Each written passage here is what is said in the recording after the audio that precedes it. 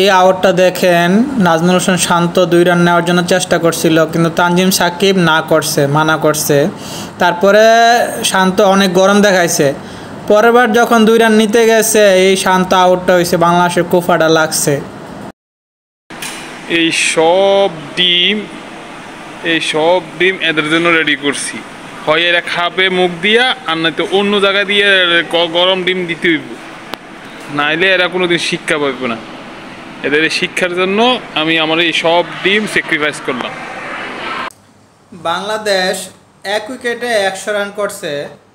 এই খুশিতে Maggi noodles পাকাইতে গেছি, যে 2 মিনিটে ম্যাগি নুডলস পাকাইলাম, কিন্তু আমার ম্যাগি নুডলস হয় নাই। বাংলাদেশ অল আউট হয়ে গেছে। বাংলাদেশের এই ব্যাটসম্যানদেরকে ইরানের যে মিসাইল আছে, এই মিসাইলের সাথে বাইন্দা তারপরে ছাইড়া দেওয়ার দরকার, যে এবার যেখানে খুশি সেখানে যে পড়ুক। এই শালারা বাংলাদেশের মান সম্মান ডুবাই ছাড়ছে। মাত্র 100 রান থেকে 105 রান নিতে 8 উইকেট নাই। তো এই ধরনের ব্যাটসম্যানকে দিয়ে কি হবে, যে বাংলাদেশকে লজ্জায় ডুবাতে বিন্দু পরিমাণ দ্বিধা করে না। শান্ত রান আউট হইয়া মাঠ থেকে, ক্রিজ থেকে গ্যালারিতে যাইয়া বসার ভিতরেই আপনার 8 উইকেট শেষ।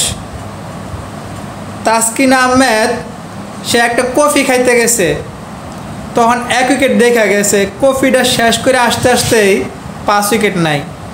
এ হচ্ছে বাংলাদেশের ক্রিকেটের অবস্থা। ওদের কোনো শিক্ষা হবে না। এই যে এত এত শিক্ষা সফর দেয়, তারপরে শিক্ষা হবে না। অনর্থক ওদের পিছনে বাংলাদেশের এতগুলা টাকা নষ্ট করতেছে। ছাগল দিয়ে যেমন হাল চাষ হয় না, তো এই বলদ মার্কা ক্রিকেটারকে দিয়ে বাংলাদেশে ক্রিকেট খেলা হবে না।